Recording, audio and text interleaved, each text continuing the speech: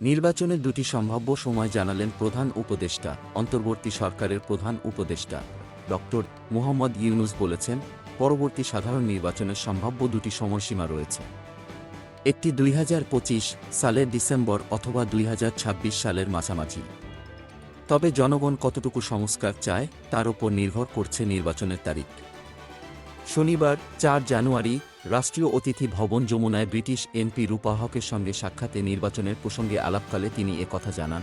Doctor Muhammad Yunus বলেন, বাংলাদেশের আগামী সাধারণ নির্বাচন সম্পূর্ণ অবাধ ও সুষ্ঠু হবে। গত ৩টি নির্বাচনে মানুষ ভোট দিতে পারেনি।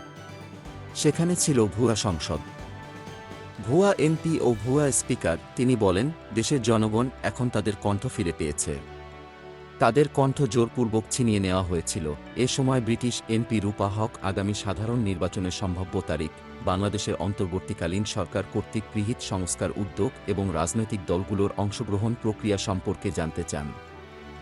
এছাড়া রূপা হক বলেন, নতুন বাংলাদেশ দেখে আমি সত্যিই উৎসাহিত হয়েছি। কী কারণে জুলাই মাসের গণঅভ্যুত্থানের সূচনা হয়েছিল এবং ক্ষমতাচ্যুত প্রধানমন্ত্রী শেখ হাসিনার শাসনামলে জনগণের ওপর নিপীড়নের ঘটনাগুলো তুলে ধরেন তিনি। পরে রূপা হক আগামী নির্বাচন পর্যবেক্ষণে বাংলাদেশে আবার আসার আগ্রহ প্রকাশ করেন।